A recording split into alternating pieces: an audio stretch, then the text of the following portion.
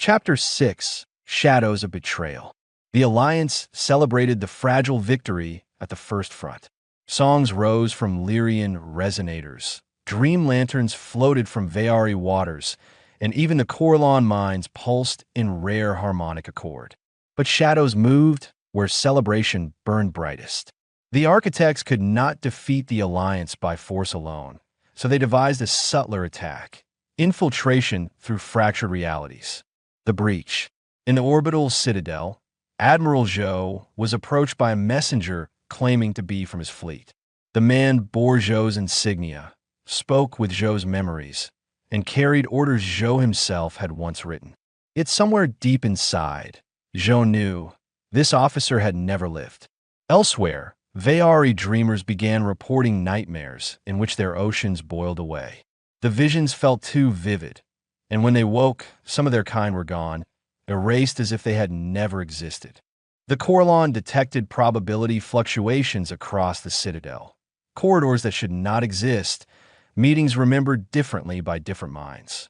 The Voiceless One had inserted echoes of people and events that were never real, and doubts spread through these echoes. The first betrayal. High Counselor Amina Reyes stood before the council when an accusation shattered unity. "Counselor," spoke a Lyrian envoy in crystalline tones, trembling, "your fleet opened the probability breach. We have proof." The chamber erupted. Humans protested. Corlon analyzed contradictory data. Veari wailed in confusion. Each civilization now saw fragments of betrayal, proof that another had allied with the architects. The truth was crueler. The Voiceless One had planted false histories into their minds. Yet the effect was real. Old suspicions resurfaced. Unity fractured. The spy revealed. Dr. Elias Nkosi, obsessed with tracing the anomalies, followed a shadowed corridor that should not have existed. There he encountered himself, another Nkosi, dressed as he had been a week prior, speaking words he remembered saying. The duplicate whispered, "You know we cannot win. Join us. Return to silence, where no mistakes remain." Nkosi nearly faltered. In that moment, he saw the appeal. A universe without suffering, failure, and memory. But the blade of becoming, forged in human trial, ignited at his side. It burned through the false self, revealing it as an architect echo. Consequence. The council convened again, shaken. Betrayal had not come from within, yet it had left scars. Even knowing the truth, trust wavered. Could any ally be sure that their memories were real? Sentience and flame stood among them, voice resonant. This is their weapon. Not blade, not silence, but doubt. If you fracture within, you fall without. The orb of infinite flame pulsed, steadying minds with its warmth. But none could deny that the war had entered them, not just outside on battlefields, but within their very memories, truths, and bonds. The shadows of betrayal had begun. Interludes. The temptations of silence. Interlude I, Amina Reyes. The council chamber was empty when she returned, but she wasn't alone. On her desk lay a letter. Old paper. Faded ink. Her own handwriting.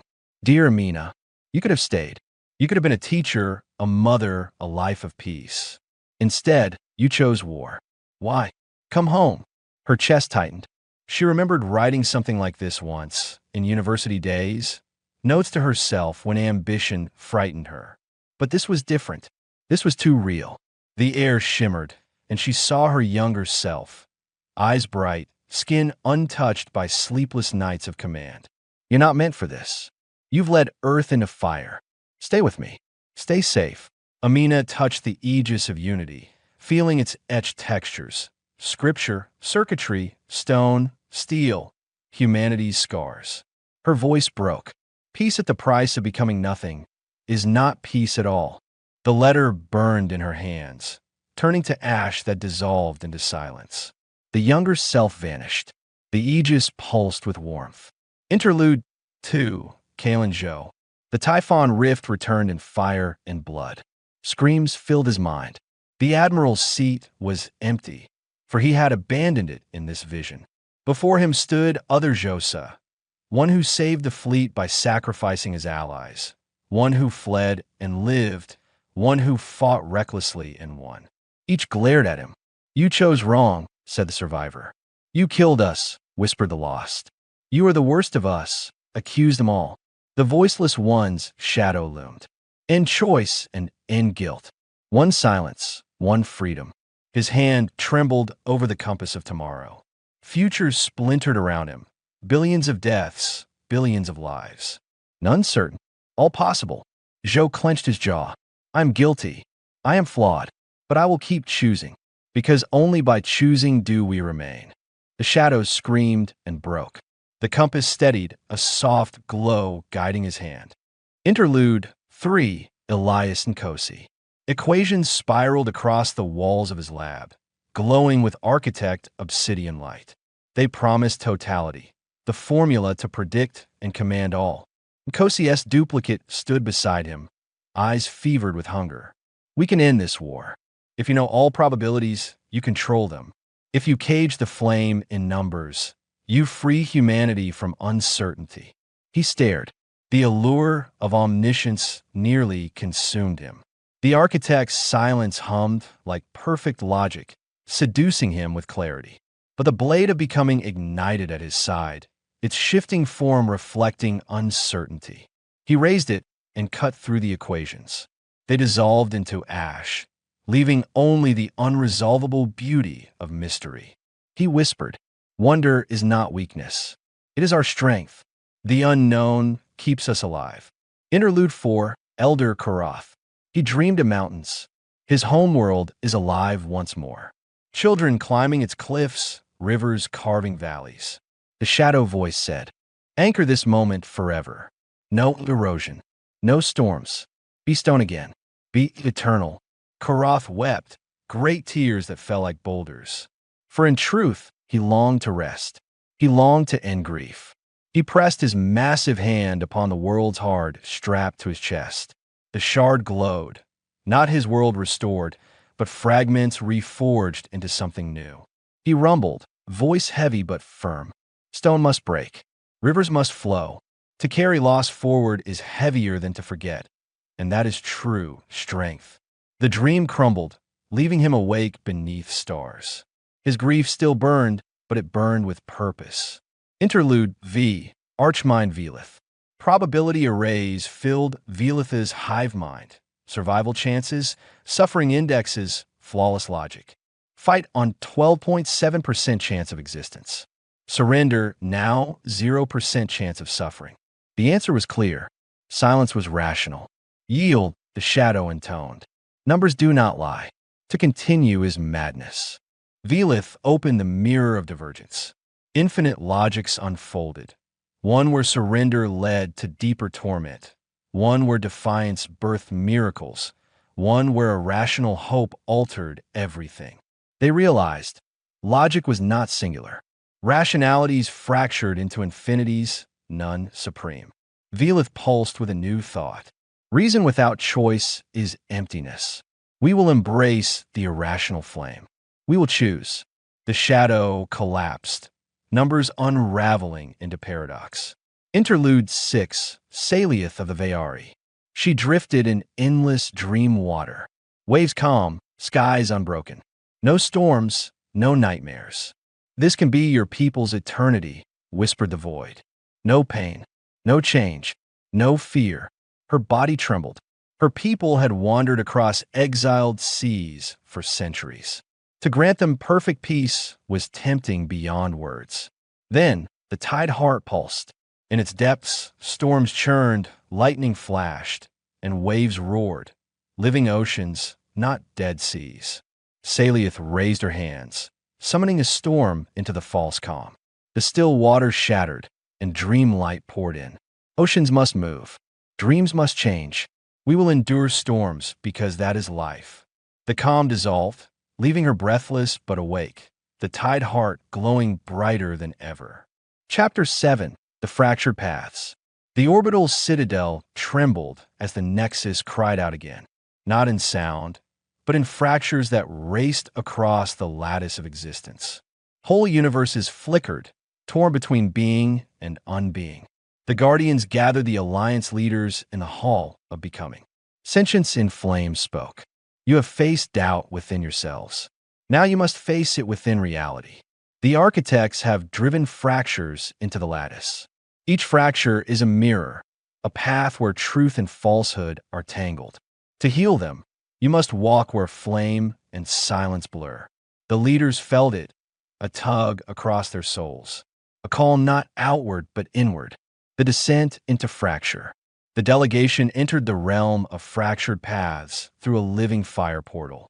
It was neither void nor world, but a labyrinth of shifting landscapes, deserts turning to oceans, mountains shattering into skies, cities rising and falling in heartbeat flickers.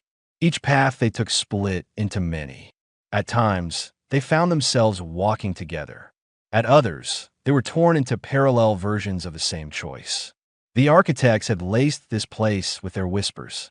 Shadows of the voiceless one rippled across horizons, erasing fragments of reality with every passing wave. Trial 1. The Hall of Forgotten Selves. They entered a significant corridor lined with countless mirrors.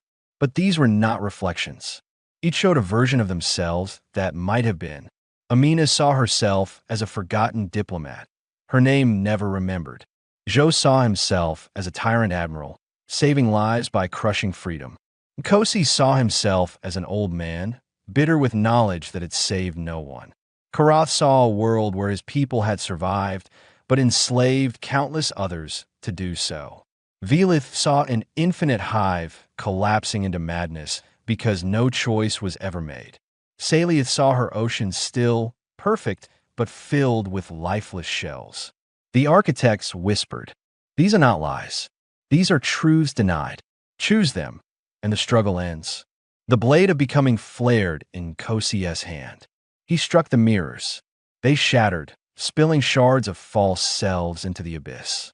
The path opened, forged not by denial of the past, but by embracing the present. Trial 2. The Spiral of Endless Choice. They came to a spiral staircase that wound upward without end. Each step multiplied beneath their feet, and choices split faster than thought.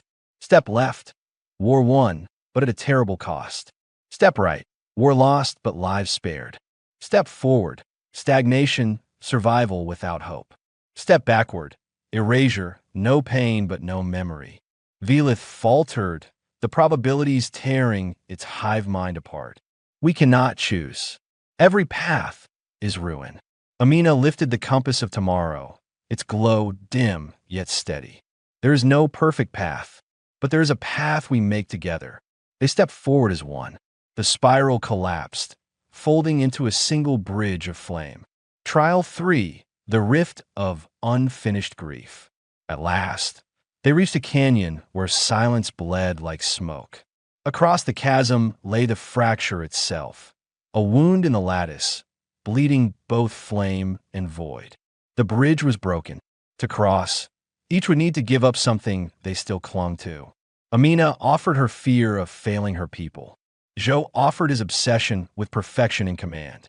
Kosi offered his hunger to know everything. Karath offered his grief chained to the past. Velith offered its worship of logic as supreme. Salieth offered her longing for perfect serenity. Their offerings ignited in a flame one by one, weaving a bridge of light. They crossed, together. Confrontation, the fracture guardian. But as they neared the wound, the architect struck. A figure rose from the fracture, a guardian twisted into silence. Once flame, now shadow. Its form rippled with obsidian fire, a traitor to its kin. It spoke without voice, words pressed into their minds. I was what you are becoming. Flame fails. Silence is mercy. Yield, and I will unburden you. The battle was fierce, silence crashing against flame, erasure against becoming. The twisted guardian wielded their doubts, summoning false armies of betrayal. But the orb of infinite flame pulsed in their hands. Each leader poured their essence into unity, grief, dreams, reason, courage, and wonder. Together, they unleashed a firestorm not of destruction, but of remembrance.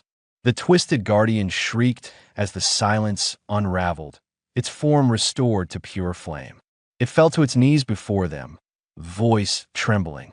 "Forgive me. I had forgotten. But you remembered." The fracture healed. The lattice steadied. Aftermath, the path ahead. The realm of fractured paths dissolved around them, leaving them again in the hall of becoming. Sentience in flame bowed low. "You have faced not only silence within, but silence between. You have healed a wound not with strength, but with unity. Yet know this, greater fractures remain, and the voiceless one will not rest. It now knows your strength. It will come for your soul, not just your worlds." The orb of infinite flame pulsed once more, brighter than before. The Alliance leaders stood weary, scarred, but unbroken. The reality wars had only begun. Chapter 8: The Flame Offensive. The Hall of Becoming no longer echoed with uncertainty. Instead, it thrummed with resolve. The orb of infinite flame pulsed like a second sun above the chamber, shedding warmth that could be felt in both flesh and spirit. Admiral Zhou stood tall, his voice calm but fierce. "For too long we have reacted. For too long, the architects have chosen the ground. That ends today. We take the war to them." The United Earth Alliance, the Resonant Lyrians, the Veari Dreamcallers, the Corlon Archmind, and the Dromalith Council all gave assent. Humanity's young flame, once doubted, now burned at the center of a galactic alliance. The offensive begins. The Nexus provided the paths. The Guardians opened portals not just to defend, but to strike. For the first time, fleets crossed into architect-held realms, shattered universes where silence reigned. The Lyrians unleashed harmonic bombardments, their resonance destabilizing the Silence Legions. The Veari sang dreams into living weapons. Nightmares turned back upon their makers. The Corlon projected probability storms, collapsing architect strategies before they could manifest. The Dromalith anchored battlefronts, their massive forms shielding fragile flame. Human fleets fought with grit and improvisation, surprising allies and enemies alike with raw creativity. The first victories were small, but they lit sparks of hope. For the first time in eons, the architects recoiled. The Battle of Shattered Horizon. At the edge of a broken star system, the Alliance clashed with the Silence Legion commanded by Oryx the Unweaver. Oryx's weapon, probability dust, dissolving ships into half-existences, soldiers into uncertain echoes. Counter, Nkosi used the Blade of Becoming to anchor probability, while Velith extended Hivemind shields to prevent unraveling. Turning point. Amina wielded the Compass of Tomorrow to guide Zhou's fleet through a collapsing wormhole, striking directly at Oryx's heart. The Unweaver shrieked as probability folded against itself. For the first time, an Obsidian Lord retreated. The victory was not final, but it was undeniable. The architects strike back, but triumph bred peril. In the shadows of retreat, Mournvale the Binder laid traps within dreamscapes. Entire Alliance crews woke to chains of silence wrapping their souls, their bodies left comatose. Salieth, the Dream Caller, led desperate rescue missions into the Silent Dream, a battlefield where thought could be enslaved. Here, the reality wars shifted beyond matter into the essence of mind, and constantly, beyond every front, the Voiceless One stirred, its shadow pressing harder against the Nexus lattice, testing its strength. The flame forged stronger. Though bloodied, the Alliance emerged stronger. Every battle reforged unity. Every victory rekindled belief. Sentience and flame appeared before them once more. You have drawn blood from silence. But beware, silence adapts. The next fracture will not be of stars or dreams, but of faith. When the architects strike there, even flame may falter. The orb pulsed, casting light across 1,000 gathered faces, human, alien, guardian. They were no longer merely defenders. They were the flame offensive. The reality wars had turned. Lore expansion, the first war of silence. There was the first flame before humanity, before the UEA, and before even the Lyrians' first song. The Nexus was young, the universes freshly woven. The Guardians walked freely among worlds, not as guides, but as companions to mortal life. But silence was born with sound, absence with presence. In the collapse of the first dying universe, something remained, a void that was not content to be void. This was the seed of the Voiceless One. The First War. The Voiceless One whispered to dissonant guardians, convincing some that flame was cruelty and silence was peace. These became the first fractured guardians. They opened portals of null fire, spreading uncreation. The war tore through thousands of young universes. Entire civilizations never lived long enough to record their existence. The Guardians, though mighty, were not infinite. One by one, they fell. At last, the survivors wielded the sole flame of infinity, striking a terrible blow. The Voiceless One was cast beyond the nexus, into the void between. The Obsidian Lords were shattered into fragments. Silence retreated, but the victory was not pure. The Guardians were scarred, some diminished, some gone, some forever fractured. From then on, they swore never to intervene directly in shaping mortal paths. The legacy. The fractured Guardians became myths, their betrayal a shadow in every flame. The Nexus was weakened, its lattice scarred by wounds that never fully healed. The Voiceless One, though banished, had learned patience. It would not strike in open war again, not until mortals had grown strong enough that their fall would undo creation itself. That moment had now come. The reality wars were not the first. They were the second silence rising.